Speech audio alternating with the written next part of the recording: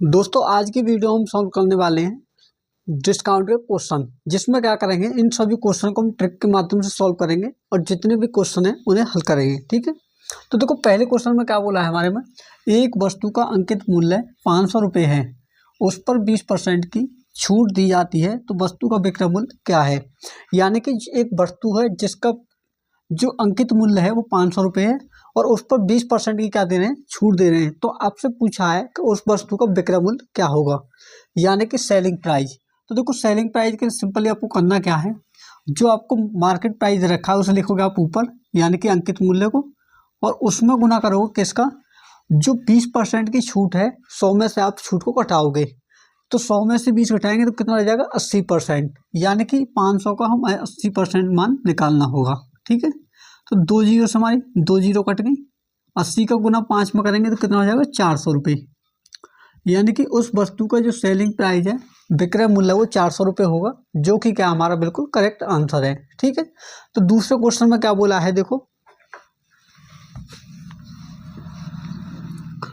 दूसरे क्वेश्चन ये है, इसमें बोला है किसी वस्तु को 10% के छूट के बाद 450 रुपये में बेचा जाता है, तो वस्तु को अंकित मूल्य क्या है।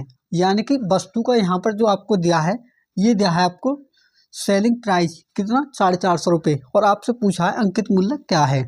तो देखो सेलिंग प्राइस जो दिया है उसे लिखोगे आप कैसे, ऊपर, यानी कि 450 रुपये, और आपको फाइंड क्या करना है, मार्केट प्राइस, यानी कि अंकित मूल्य। तो उस करने के लिए आपको सीधा क्या करना है, जो आपका 10% की छूट दे रखी है उसमें से क्या करोगे आप, 100 में से आप 10% की छूट को हटाओगे तो कितने का मान आ जाएगा, 90%। यानी कि 450 जो है ये हमारा 90% का मान है, और हमें निकालना कितने का है, मार्केट प्राइस, यानी कि 100% का, तो गुना कर देंगे 100% से। ठीक है, तो देखो 90 से भाग दिया मैंने 450 में, तो ये कटा 5 बार। ठीक है, और 5 का गुना जब 100 में करोगे तो कितना हो जाएगा, 500 रुपये। कितना हो जाएगा, 500 रुपये, और यही क्या है, इसका राइट आंसर है।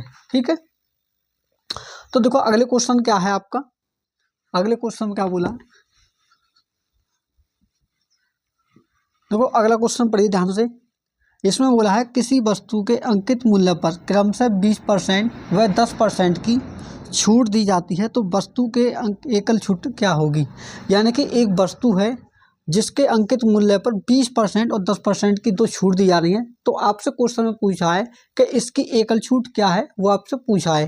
तो देखो ऐसे क्वेश्चनों को सिंपली आपके पास दो मेथड होते हैं, एक तो होता है अनुपात का मेथड और दूसरा होता है आपके पास जो आपका सक्सेसिव रूल है।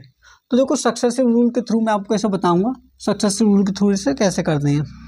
देखो जब भी आपको दो छूट दे तो आपको सिंपली करना क्या है, दोनों छूटों को पहले एक बार जोड़ना है, 20 + 10। ठीक है, 20 + 10 करोगे, उसके बाद में क्या करना है, एक माइनस का चिन्ह लगाओ और क्या करोगे, इन दोनों का आपस में गुना, यानी कि 20 × 10 और बटे में क्या करोगे, 100 से भाग।